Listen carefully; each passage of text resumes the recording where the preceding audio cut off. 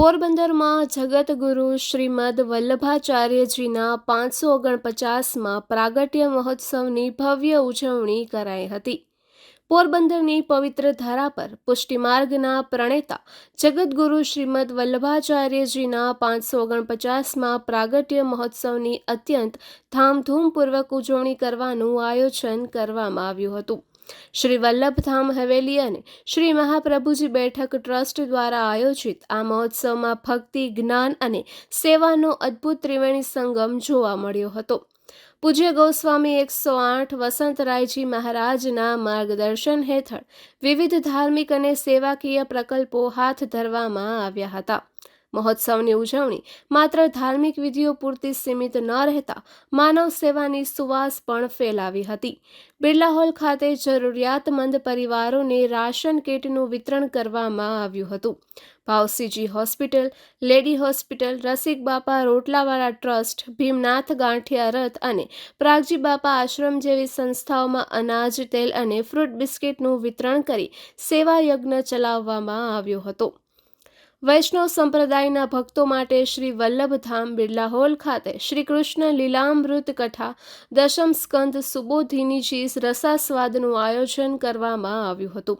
આ કથાના વક્તા તરીકે ઉપલેટાવાળા શાસ્ત્રી હરેશભાઈ ભટ્ટ પોતાની અમૃતવાણીથી ભક્તોને તળબોળ કર્યા હતા. કથા દરમિયાન દરરોજ વિવિધ ઉત્સવો જેવા કેશદમ સ્કંદ મહાત્મય, કૃષ્ણ જન્મ, નંદોત્સવ, માખણ ચોરી અને ગોવર્ધન લીલા, રાસલીલાના પ્રસંગો ભાવભેર ઉજવાયા હતા. મહોત્સવના મુખ્ય દિવસે ભવ્ય શોભાયાત્રાનું આયોજન કરાયું હતું. આ શોભાયાત્રા શ્રીનાથજી હવેલીથી પ્રારંભ થઈ ભક્તિધામ બિરલા હોલ, વાઘેશ્વરી પ્લોટ થઈ ધર્મસભાના સ્થળ સુધી પહોંચી હતી. જય શ્રી વલ્લભના નાદ સાથે પોરબંદરના રાજમાર્ગો ગુંજી ઉઠ્યા હતા. શોભાયાત્રાના સમાપન બાદ પોર્ટ કોલોની ગ્રાઉન્ડ ખાતે ભવ્ય ધર્મસભા યોજાઈ હતી, જેમાં મહારાજના આશીર્વચન પાઠવવામાં આવ્યા હતા. જેમાં યુવા વૈષ્ણવાચાર્ય વસંતરાયજી મહારાજ તથા કૃષ્ણરાયજી હિલક બાવાશ્રીની નિશ્રામાં માર્ગદર્શન અપાયું હતું. તમામ ભક્તો માટે મહાપ્રસાદની વ્યવસ્થા પોર્ટ કોલોની ગ્રાઉન્ડ ખાતે કરવામાં આવી હતી. આ વર્ષે મહોત્સવમાં ધર્મસભામાં સમાજ માટે વિશિષ્ટ પ્રદાન કરનાર સંસ્થાઓ અને વ્યક્તિઓનું સન્માન કરવામાં આવ્યું હતું, જેમાં ભારતીય પ્રજ્ઞાચક્ષુ ગુરુકુળના સેક્રેટરી કમલેશભાઈ ખોખરી અને સેવાભાવી ઉદ્યોગપતિ કેતનભાઈ ગજ્જરનું અભિવાદન કરવામાં આવ્યું હતું. સમગ્ર મહોત્સવને સફળ બનાવવા માટે શ્રી વલ્લભાચાર્યજી ઉત્સવ સમિતિના સભ્યો અને સમસ્ત વૈષ્ણવ પરિવારોએ જહેમત ઉઠાવી હતી. નિપુલ પોપટ, પોરબંદર ટાઈમ્સ. અહીં બિરાજમાન સૌ વલ્લભ કુલાચાર્યને મને ખૂબ ખૂબ નમસ્કાર કરું છું. શ્રી મહાપ્રભુજીએ સૌ વૈષ્ણવને કૃપા કરી અને તેમના ઘરે ઠાકોરજી પધરાવ્યા છે અને આજ્ઞા કરી છે કે કૃષ્ણ સેવા સદા કાર્ય. આપણે જોઈએ છે કે જે વૈષ્ણવના ઘરે પ્રભુ બિરાજે છે તે સર્વ સમર્પણ કરીને સેવા કરે છે. તેનો અર્થ એ છે કે પ્રભુ આપણા ઘરે આવી અને આપણને અનુકૂળ થાય અને આપણે પ્રભુને અનુકૂળ થઈએ તે છે. અગર આપણે આપણા જીવન પદ્ધતિ પર ધ્યાનથી જોઈશું તો આપણે મુખ્ય 4 ક્રમ દેખાશે. પહેલો ક્રમ નિત્ય દિનચર્યા, જે આપણે પ્રત્યેક દિવસનો જે ક્રમ હોય છે, જેમ કે સવારના ઉઠવું, નાહવું, રસોઈ કરવી, કામ પર જવું, પાછું આવવું, ભોજન કરવું વગેરે વગેરે, જે આપણો રોજનો રૂટીન હોય છે તે એમાં આવે છે. બીજું ઋતુ અનુસાર પરિવર્તન. આપણે જેમ જેમ અહીંયા ઋતુ બદલે છે તેમ તેમ આપણે ભોજનમાં, પહેરવેશમાં અને આજુબાજુના વાતાવરણમાં ખૂબ બદલાવ થાય છે, જેથી આપણે એસી, કુલર, હીટર વગેરેનો આપણે પ્રયોગ કરીએ છીએ. ત્રીજું તહેવારની ઉજવણી. હોળીના દિવસે આપણે રંગોથી રમીએ છીએ, દિવાળીના દિવસે દીવડા પ્રગટાવીએ છીએ, જન્મદિવસ મનાવીએ છીએ વગેરે. અને ચોથું ઈચ્છા અનુસાર વિશેષ ક્રમ. આપણે આપણો સમય કાઢી અને સગા સંબંધીને મળીએ, વેકેશનમાં ફરવા જઈએ વગેરે. આપણે જોઈએ છે કે આપણા જીવનમાં કેટલી વિવિધતા છે, તો શ્રી મહાપ્રભુજીએ કૃપા કરી અને પ્રભુનો જે સેવાક્રમ સિદ્ધ કર્યો છે તે આપણા જીવન પર નિર્ધારિત કર્યો છે, જેથી આપણો જીવનક્રમ અને પ્રભુનો સેવાક્રમ પરસ્પર સમન્વિત થાય અને આપણો સમર્પણ ભાવ દૃઢ થાય. જેમ આપણા જીવનને આપણે 4 ક્રમમાં સમજી શકાય, એમ આપણે પ્રભુનો સેવાક્રમ પણ 4 ક્રમમાં સમજી શકાય. પહેલું, નિત્ય સેવાક્રમ. જેમ આપણું રોજનો દિનચર્યા હોય છે, દિનચર્યાનો ક્રમ હોય છે, તેમ પ્રભુને પણ રોજનો સેવાક્રમ હોય છે. પ્રભુને જે ભોગ આવે છે, જે શૃંગાર થાય છે, તે નિત્ય સેવાક્રમમાં આવે છે. બીજું, ઋતુ અનુસાર સેવાક્રમ. જેમ જેમ પ્રભુમાં ઋતુ બદલે છે, તેમ પ્રભુનો સેવાક્રમમાં પણ બદલાવ થાય છે. ગ્રીષ્મ ઋતુમાં આપણે પ્રભુને શીતોપચાર કરીએ, એટલે આપણે પ્રભુને મલમલના વસ્ત્ર ધરાવીએ, પ્રભુને ચંદન ધરાવીએ, પછી ફુવારો આવે, યમુનાજીની થાલ આવે વગેરે. પછી વર્ષા ઋતુમાં રથયાત્રા આવે તો પ્રભુ રથમાં બિરાજે, હિંડોરા આવે તો પ્રભુ રોજ હિંડોરા ઝૂલે, લહેરિયાના વસ્ત્ર ધરે વગેરે. અને શીતકાલમાં આપણે પ્રભુને ઉષ્ણોપચાર કરીએ, એટલે કે પ્રભુને ગદ્દલ આવે, પ્રભુના સન્મુખ અંગીઠી આવે અને પ્રભુને તમામ સામગ્રી આવે. ત્રીજું, ઉત્સવ સેવાક્રમ. મહાપ્રભુજીના ઉત્સવના દિવસે તિલક આરતી થાય છે, જન્માષ્ટમીના દિવસે પંચામૃત થાય છે, નન્મોત્સવના દિવસે પલના ઝૂલાય છે, દિવાળીના દિવસે પ્રભુ હટડીમાં બિરાજે છે, ડોલના દિવસે પ્રભુ ડોલ ઝૂલે છે વગેરે વગેરે. જે ઉત્સવનો સેવાક્રમ હોય છે તે આમાં આવે છે. અને ચોથું, મનોરથ સેવાક્રમ. આપણે કોઈ આપણા ઈચ્છાથી જે મનોરથ કરતા હોય, જેમ કે હમણાં અધિક આવવાનું જ છે આ વર્ષ, આપણે આખા મહિના મનોરથ કરીએ તો તેનો જે સેવાક્રમ હોય છે તે મનોરથ સેવાક્રમમાં આવે છે. શ્રી વલ્લભાચાર્યજીને આપણી ઉપર ખૂબ કૃપા છે કે આપ શ્રીએ એવો એક સેવાક્રમ સિદ્ધ કર્યો છે જેથી આપણે પ્રભુ અનુકૂળ થાય અને આપણે પ્રભુને અનુકૂળ થઈએ. અંતે શ્રી હરિરાય મહાપ્રભુજીએ આજ્ઞા કરી છે, તસ્ય સેવા પ્રકુર્વિતમ યાવત જીવન સ્વધર્મતઃ ન ફલાર્થમ ન ભોગાર્થમ ન પ્રતિષ્ઠા પ્રસિદ્ધિએ. તેનો અર્થ એ થાય કે આપણે બધાને સ્વધર્મ માનીને સેવા કરવી, કોઈ ફલ માટે નહીં, કોઈ ભોગ માટે નહીં અને કોઈ પ્રતિષ્ઠા મેળવવા માટે નહીં, પણ સૌ વૈષ્ણવને સહજ રીતે કૃષ્ણ ભક્તિ તથા આપ પ્રભુની સેવા કરવી જોઈએ. અંતે હું સર્વે વૈષ્ણવોને અને અહીંયા બધાને આ મહાપ્રભુજીનો ઉત્સવની ખૂબ ખૂબ વધાઈ કહેવા ચાહું છું. શ્રી વલ્લભાધીશ કી જય. બોલ શ્રી વલ્લભાધીશ કી જય. કે ગમે એટલા આયોજન થાય એ બધાની જે શોભા છો એવા તમે બધા વૈષ્ણવો. શોભા તમે છો. શિંગાર જેને કહેવાય ને, શિંગારથી શોભા થાય. તો કોઈ પણ આયોજન કે ઉત્સવની શોભા ક્યારે, તો કે વૈષ્ણવો બધા ઉત્સાહથી આવે એની શોભા છે એનું. ને એમાં ક્યારેય પોરબંદરે નિરાશ નથી કર્યા. બધા ખૂબ આનંદથી. અને ઉત્સવ આમ તો પહેલાં હૃદયમાં પ્રગટ થાય સવારના, એ જ ધક્કો મારે કે આપણે શોભાયાત્રામાં જવું છે, એ જ ધક્કો મારે કે આપણે દર્શન કરવા છે, એ જ ધક્કો મારે. એટલે એ હૃદયમાં તમને સવારે પ્રગટે છે ને ત્યાં સુધી માનજો કે હજી લકી છો. હજી આ સમયે નસીબદાર છીએ આપણે કે આપણને આ ઉત્સવનું એ ઉત્સાહ અંદર આવે છે. સાથોસાથ આપણે આ વર્ષમાં 2026માં જેમને અહીં આ મંચ પર, એટલે કે શ્રી આચાર્યચરણના પ્રાગટ્ય ઉત્સવના સભાના મંચ પર, એટલે કે શ્રી મહાપ્રભુજીના સાનિધ્યમાં, મહાપ્રભુજીના કૃપા છત્ર નીચે આપણે સૌ છીએ. તો એ મંચ પર એટલે મારી તો એ જ ભાવના હોય કે જે આટલા વર્ષોથી પોરબંદર માટે, સમાજ માટે આટલું સારું કામ કરતા હોય તો એમને યાદ કરીએ આપણે, એની કંઈક નોંધ લઈએ, એની સેવાની સુવાસ. મારો સ્વાર્થી છે સન્માન તો આજે જુઓ, જે સેવા કરવાવાળા છે કોઈને ગમતું ના હોય, એ બધા છે કે એને આપણે કરીએ, પણ એમને શું ગમે છે? એમને ગમે છે કે અમે જે સેવા કરીએ છીએ ને એની સુવાસ વધારે ફેલાય. આ દરેક આપણે બધા જે કામ કરીએ છીએ ને એના હૃદયની ભાવના. કદાચ કોઈ બે વાતનો પ્રચાર કરવો હોય ને તો એની પાછળનું કારણ એ જ હોય કે આ જોઈને બીજા 4 જણાએ પણ સારું કામ કરે. સમજાણું? બસ.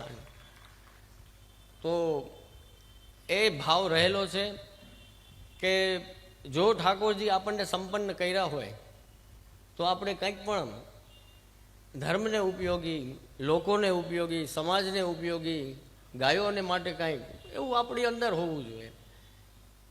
અને એવા જ આપણા વિચાર હોવા જોઈએ.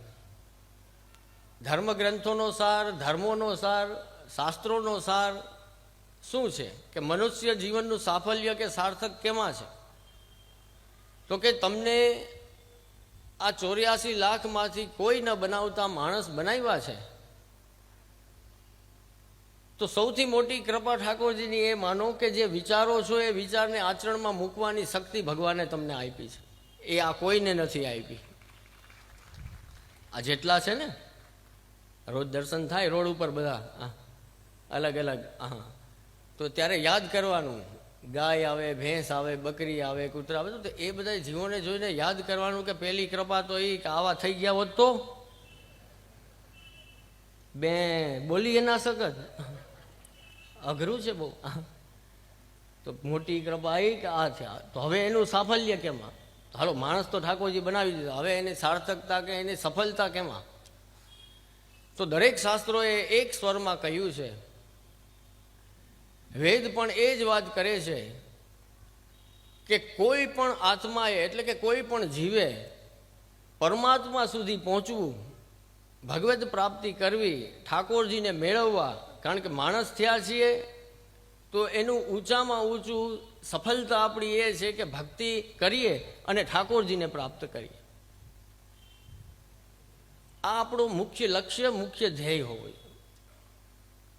અવસરિયા નહીં આવે આ વારે, વારે વારે આવો જન્મ મળે, વૈષ્ણવ થાય, વૈષ્ણવ ઘર મળે, વૈષ્ણવ મા બાપ હોય, ઠાકોરજી બિરાજતા હોય. ઓલી આપણી ભાષામાં કહેતો કે આવી હરખાઈ પાછી આવે ના આવે તો સસ્પેન્સ છે, નક્કી તો નથી. કોઈ એમ અત્યારે કહી શકે છાતી ઠોકીને કે મારો આવતો જન્મ આ ઘરમાં, આ મા બાપને ત્યાં, આટલા આ ગામમાં થશે, એમ કોઈ કહી શકે? ના કહી શકે. એ મેન ચાવી બધી ભગવાને પોતાની પાસે રાખી, નહીં તો ફાટીને ધુવાડે જાય.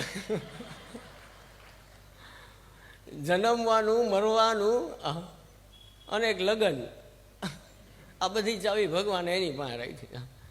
એ લાગી ગઈ તો લોટરી, નહીં તો જય શ્રી કૃષ્ણ.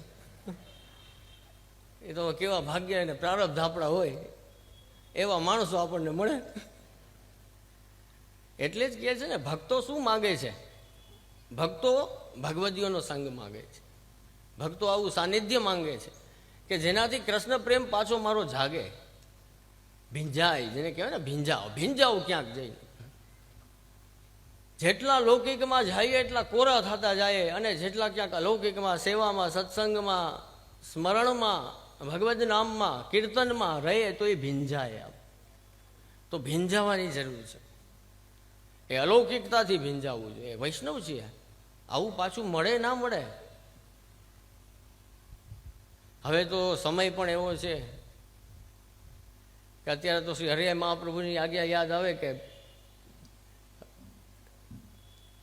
વલ્લભ ખિડકી પ્રેમ કી નિકસ જાય સો જાય. હવે તો આ સમય, હવે તો ઓલા કે ને દરવાજા ઓલા ધીમે ધીમે ધીમે ધીમે બંધ થતા જાય, નીકળી ગયા. સમજા ને? હા, પછી એ પુષ્ટિ ભાવ કોઈને હૃદયમાં છે તો એના માટે પુષ્ટિ પ્રભુ છે. ઘણા કહેતા હોય કે પુષ્ટિ માર્ગ પછી નહીં રહે, આટલા વર્ષ ને આટલા વર્ષ ને આટલા વર્ષ ને એમ બધા કહેતા હોય. પણ એવું નથી. અગર 1000 વર્ષ પછી કોઈ પુષ્ટિ ભાવવાળો રહી ગયો બાકી, તો એ બાકી રહેવાનો નથી. એ મહાપ્રભુજીની ગેરંટી છે. સમજા? પુષ્ટિ આપણે ત્યાં શ્રીનાથજીનો ભાવ શું છે? શ્રીનાથજી કેમ પધાર્યા? શ્રીનાથજી બિરાજે તો આપ શ્રીહસ્ત ઊંચો કરીને બિરાજે. એ એમના જીવોને બોલાવે છે કે હું તમારી રાહ જોઈને હજી બિરાજું છું અહીંયા આ ભૂતલ ઉપર, કે જ્યાં સુધી મારો વલ્લભનો એક પણ જીવ બાકી નહીં રહે ત્યાં સુધી શ્રીનાથજી આઈના બિરાજવાના છે. એટલે એ બધા વિચાર છોડી દેવા જોઈએ કે જો ભાવ છે તો પુષ્ટિ માર્ગ છે, અને ભાવ નથી તો કાલથી નથી. તો 550 વર્ષની રાહ હું કામ જોવી? જો હૃદયમાં ભાવ નથી તો આવતીકાલથી જ નથી. કાલ કયો છે દિવસ? મંગળવાર, કાલથી જ નથી. પછી રાના જ હોય કે પુષ્ટિ માર્ગ ક્યારે પૂરો થાય. આપણે પૂરા થઈ જાય, પુષ્ટિ માર્ગ એમ પૂરો ના થાય. સમજ્યા? એટલે ઘણા એવા વિચાર ના. એ ભાવ જાળવી રાખવો, એ વૈષ્ણવતા જાળવી રાખવી, એ વલ્લભની કૃપા જાળવી રાખવી, મહાપ્રભુજીનું સાનિધ્ય જાળવી રાખવું, ગ્રંથથી, દર્શનથી, સેવાથી પણ જાળવી રાખવું એ બહુ જરૂરી છે. શ્રી મહાપ્રભુજીએ આજે આપનો ઉત્સવ છે તો ખાસ સ્મરણમાં લઈએ. ઘણી બધી સંસ્થાઓ એવું કહેતી હોય કે ક્યાં વેદમાં લખેલું છે કે સ્ત્રીઓને અધિકાર નથી ને શૂદ્રોને અધિકાર નથી ને. આ બધા આચાર્ય ચરણો બિરાજે છે, આ શાસ્ત્રીજીઓ બિરાજે છે, જાણકાર દરેકને ખ્યાલ છે વેદમાં 150 જગ્યાએ લખેલું છે કે સ્વતંત્ર સ્ત્રી કે શૂદ્ર એ એનો કર્મ કરી ન શકે. આ તો હવે અમે ઓલી કે ને કોણ વિતંડાવાદમાં પડે, બાકી ભાઈ 150 જગ્યાએ લખેલું છે કે ન કરી શકે. તો ઉલટાનો પુષ્ટિ માર્ગ ને શ્રી મહાપ્રભુજીનું વિઝન જોવો, દર્શન જોવો તમે આપણા આચાર્યનું. આપનું ગુસાઈજી નામ કહે છે કે સ્ત્રી શુદ્રાજુ ધૃતિક્ષમ. શ્રી મહાપ્રભુજીનું આપનું સાનિધ્ય, આપની કૃપા કેવી છે કે જે સ્ત્રીઓને યજ્ઞમાં, કર્મમાં, વેદમાં કોઈમાં પણ અધિકાર સ્વતંત્ર નહોતો, એને કૃષ્ણ સેવાનો ડાયરેક્ટ એના ઘરે અધિકાર મહાપ્રભુજી આપી દીધો. યજ્ઞમાં નથી બેહાડતા કાંઈ નહીં, પૂજા નથી કરાવતા કાંઈ વાંધો નહીં. હવે આનાથી મોટું વિમન એમ્પાવરમેન્ટ કયું હોય? સીધી કૃષ્ણ ભક્તિનો અધિકાર અને ઘરે ઠાકોરજીની સેવા કરી શકો. હા, તો આ સ્ત્રીઓ માટેનું કેટલું મોટું કર્યું કહેવાય, વિચારો તમે. કે જેમને વેદ પણ અધિકાર નહોતો આપતો એને શ્રી મહાપ્રભુજીએ સીધા સેવાનો અધિકાર. સખડી અરોગાવો બોલો, ઘરે પધરાવી અને ત્રેવડ હોય તો એમ. ક્યાં ગાડું આગળ હાલે, મિશ્રી માન માન સખડી ને માન સખડી. તો શ્વાસ અધર ચડી જાય, સખડી બધી બોલે. પણ ના શ્રી મહાપ્રભુજીની કૃપા એટલે તો ભેગા થાય જ આપણે. આ કે વલ્લભી સૃષ્ટિ સમાજ સંગ મિલ જીવન કો ફલ પાઈએ, કે કાંઈક આપણને રસ્તો મહાપ્રભુજી જ બતાવે કે આ અગમ નિગમ સંસારની ભૂલ ભૂલામણીમાંથી પણ કૃષ્ણ ભૂલાય નહીં, આપણી સેવા ભૂલાય નહીં, આપણા ઠાકોરજી ભૂલાય નહીં. કારણ કે આપણો આત્મધર્મ છે, તો એ આપણો આત્મધર્મ ચૂકવાનો નહીં. એ જાળવી રાખીને પછીના ટાઈમમાં શું કરવું?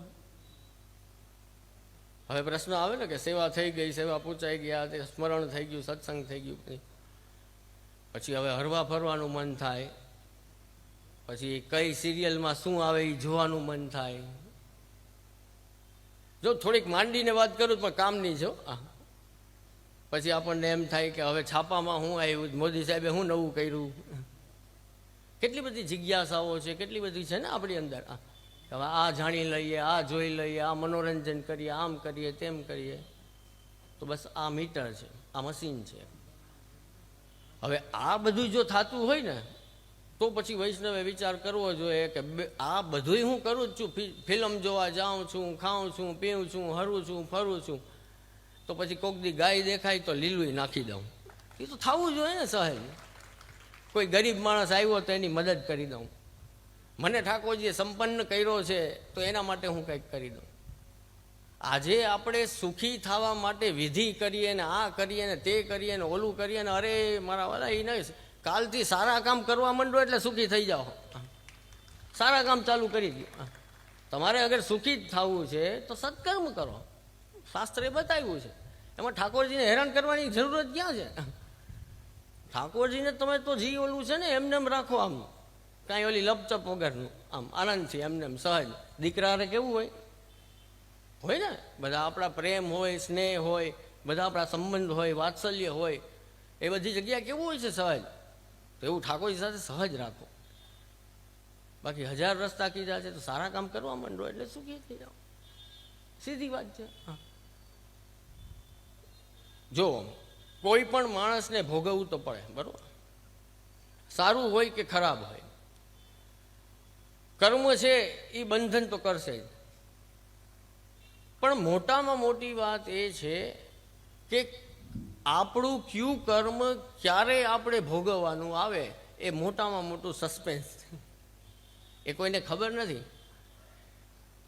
આપણે એમ નક્કી નથી કરી શકતા કે હાલો ભગવાન મને આ તારીખની આ મહિનાની 28મી તારીખે મારા બધા ખરાબ કર્મ મને ભોગવાવી દેજો. એમ કોઈ કરી શકે? તો ત્યાંથી કેવો જવાબ આવે? કાઠિયાવાડીમાં કહેતું આ કઈ બાપુજીનું ખેતર છે એ તું એમ કે આ દિવસે ભોગવાવી દો એટલે ભોગવાવી દઉં, આ દિવસે સુખ ભોગવાવી દો તો ભોગવાવી દઉં. નથી, એના હાથમાં છે. ભીષ્મ પિતામહ જ્યારે ભગવાન સામે હતા ને તો પૂછ્યું કે ભગવાન મેં એવા ક્યાં ખરાબ કર્મ કર્યા કે મારે એક એક જગ્યાએ બાણ લાગ્યા આવા? ભગવાન કે પાછળ જાઓ જુઓ તો કેટલાય જન્મ પહેલાં એને યાદ આવ્યું કે એ રાજા હતા અને હાલીને જતા હતા બધા સૈનિક સાથે ને વચ્ચે સર્પ પડ્યો હતો ને એ નાખ્યો.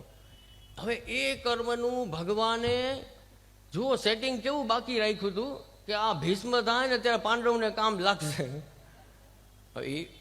જે કંઈ હોય પણ જુઓ તમે એનું ક્યારનું કર્મનું સેટલમેન્ટ ક્યારે થયું મારું કહેવાનું એ છે.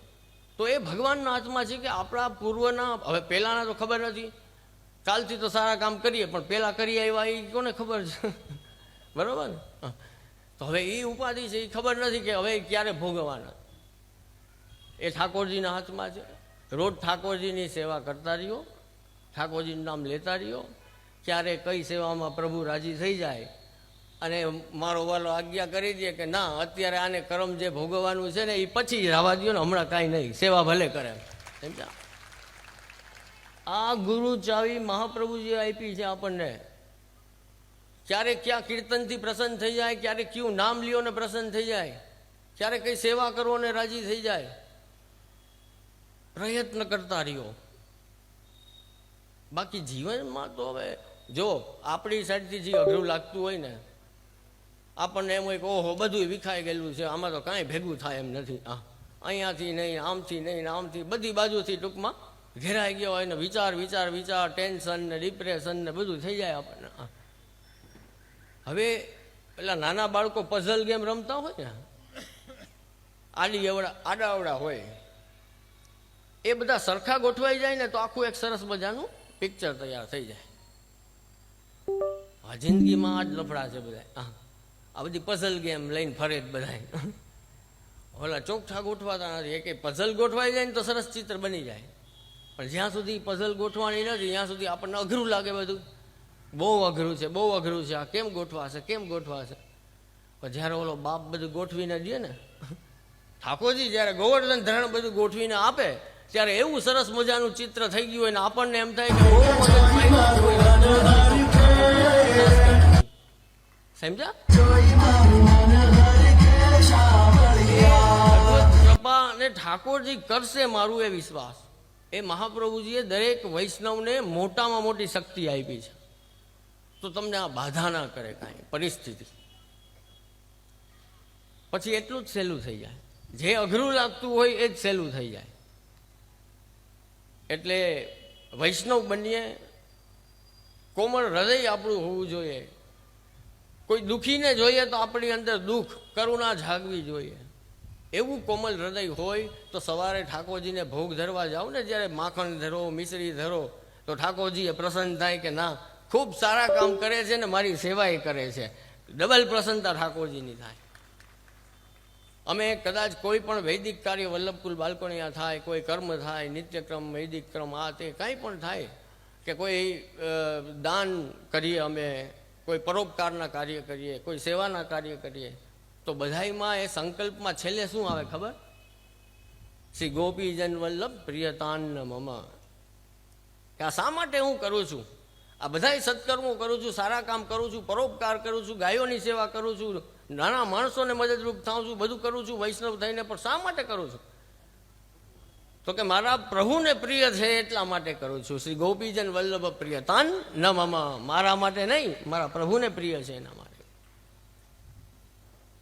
તો એ જ આપણી સંસ્કૃતિ છે, એ જ આપણા સંસ્કાર છે. ઠાકોરજી એ બધું ગોઠવી જ રાખ્યું હોય, પણ નાહકની ચિંતા લઈને આપણે ફરતા હોઈએ. ભગવાને તો દરેક ગામમાં, દરેક ગામડામાં, નાના નાના ગામડામાં અને મોટા મોટા શહેરોમાં એવા 8 જણા મૂક્યા જ છે કે કીડિયારું પૂરવા જતા હોય.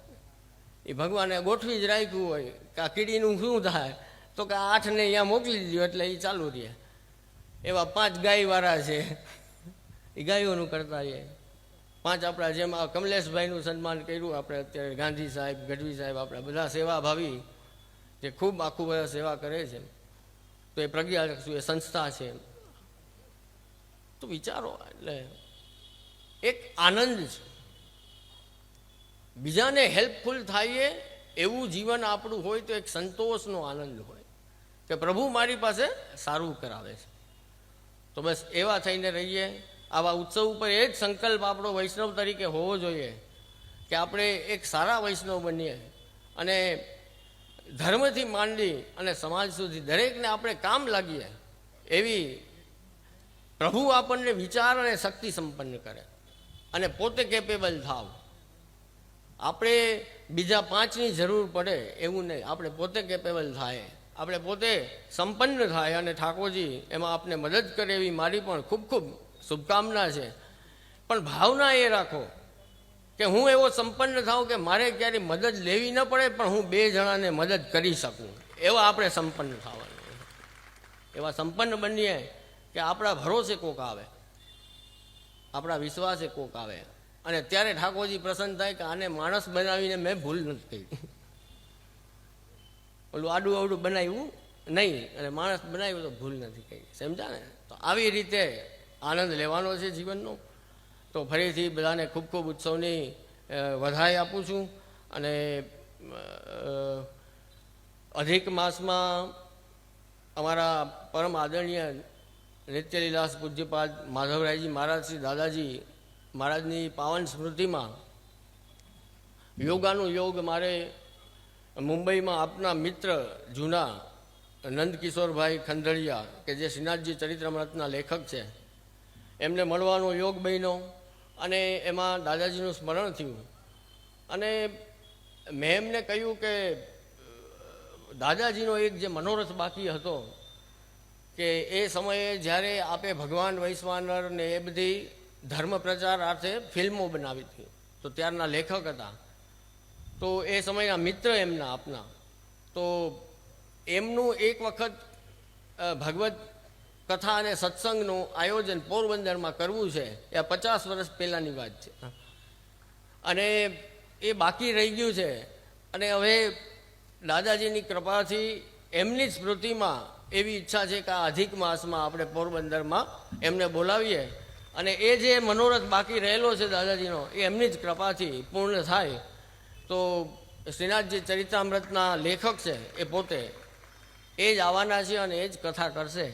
તો આ ખાસ મારે જે કહેવાનું હતું યાદ કરીને કે એક મનોરથ હજી આપણે અધિક માસમાં પણ દરરોજ ઠાકોરજીના મનોરથોનો આનંદ તો છે જ, પણ સાથે સાથે શ્રીનાથજી ચરિત્ર કથાનો પણ ભગવત સત્સંગ આપણે 5 કે 7 દિવસનો આનંદ લેશું જરૂરથી.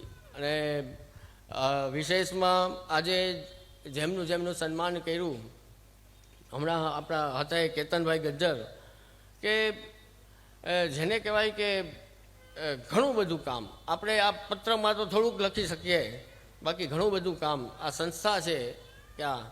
અને પોરબંદરમાં દરેકે દરેક સંસ્થા અને લોકો સાથે મારી ઉપર બધાને સ્નેહ એવો છે. આ બધા જે પદુભાઈ ને અમારા ભરતભાઈ બધા બેઠા છે, વિપુલ વિજયભાઈ ટીકે અમારા બધા સેવાભાવી, અને તો એમની સાથે એ બધા સન્માન સ્વીકારવા આવે દર વર્ષે, એ પણ મારા માટે ખૂબ આનંદની વાત છે. નહીં તો ઘણી બધી વખત એવા પણ પ્રતિભાવ આવે કે અમને ઈચ્છા નથી પણ આપના માટે અમે આવીએ છીએ. આ એટલે એવી રીતનું છે. તો જે કામ કરે છે ને એને સન્માન એ ગમતું નથી. એમને તો કામ કરવું છે. તો આપ લોકો કામ કરતા રહ્યો, બસ એ જ મારી શુભકામના છે. કે વિશિષ્ટ વ્યક્તિ હોય કે સંસ્થા હોય, પ્રભુ એમને સંબલ કરે, પ્રભુ એમને શક્તિ આપે, દરેક રીતનો સપોર્ટ એમને મળતો રહીએ. કારણ કે ભગવાન યોગેશ્વર છે. બધા યોગ ભગવાન કરાવી શકે. આપણા માટે જે યોગ બનતો ના હોય, જે કંઈ મળતું ના હોય, એ યોગેશ્વરની કૃપા થાય તો બધા યોગ બની જાય. તો સંસ્થાવાળા કે વ્યક્તિગત જેમને કામ કરવું છે, સેવા કરવી છે, એ ભાવ રાખે કે પ્રભુની કૃપાથી થઈ જશે. સંકલ્પ આપણો શુદ્ધ છે, મનોરથ છે, તો ઠાકોરજીની કૃપાથી પૂર્ણ થશે. ફરીથી આપ સૌને મહાપ્રભુજીના ઉત્સવની વધાઈ, સન્માન કર્યું છે એમને ખૂબ અભિનંદન. અને અમારી જે આ 6 દિવસીય સમિતિમાં જે વૈષ્ણવોએ સેવા આપી છે, તન મન ધનથી ખૂબ વર્ષો વર્ષ, એ દરેક વૈષ્ણવ અને બધા વૈષ્ણવ એવા સેવાભાવી છે કે એમનું કોઈનું નામ લઉં તો કોઈને ગમે નહીં, પણ અમારા બધા સેવાભાવી જે ખાલી આ ઉત્સવ પૂરતા નહીં પણ 360 દિવસ આખું વર્ષ જે સેવા કરે છે, તમામને ખૂબ ખૂબ મારા હૃદયથી આશીર્વાદ છે, અભિનંદન છે કે ઠાકોરજીની કૃપા આપની ઉપર એવી ને એવી રહે અને તમારા બધાના ઘરવાળા ઉપર રહે. આ સેવા કરો છો ને એ બધાયના, તમારું તો સન્માન કર્યું, પણ બધાયને હું ખરેખર જે સેવા કરે છે ને સમાજમાં, ધર્મમાં, એ બધાયના પરિવારને અને ઘરવાળાનું સન્માન કરું છું. એ તમને કરવા દે છે. એટલે કોઈ સેવા કરતું હોય ને એને સપોર્ટ કરો ને, એ તમારી સેવા છે. એને આપણે સપોર્ટ કરીએ. એક જગ્યાએ મને પદુભાઈ કોઈ પૂછવા આવ્યું કે જે મારે કઈ સેવા કરવી, એટલે મેં કીધું કે જો પેલા મોટામાં મોટી સેવા એ છે કે જે 2-4 સેવા ગામમાં સારી હાલતી હોય ને અહીંયા નડવું નહીં ને, એ મોટી સેવા છે. બરોબર ને? આ મોટી સમસ્યા એ છે પાછી, જે કરતો હોય બિચારો એને ખબર હોય, એને પાછા 10 જણા આડા આવતા હોય. એટલે એ પણ મોટી સેવા છે. હા, એટલે કરવા દેવું. કોઈ કામ કરે છે, કોઈ ધર્મ કરે છે, કોઈ ઠાકોરજીની સેવા કરે છે, કે કોઈ સમાજ માટે કરે છે, તો કરવા દેવું. સપોર્ટ કરો. જો સપોર્ટ ના થાય તો નડતર તો ના જ બનીએ. નડીએ ને તો હિરણ્યકશિપુ કહેવાય એવો પછી, તો એને યાદ કરવો પછી. એટલે ઠાકોરજીની કૃપાથી બસ સારા વિચાર રહીએ, ભગવત સેવા થાય અને સારા કર્મો થાય. એ જ ઉત્તમ જીવન શ્રી મહાપ્રભુજીની કૃપાથી આપણે જીવીશું.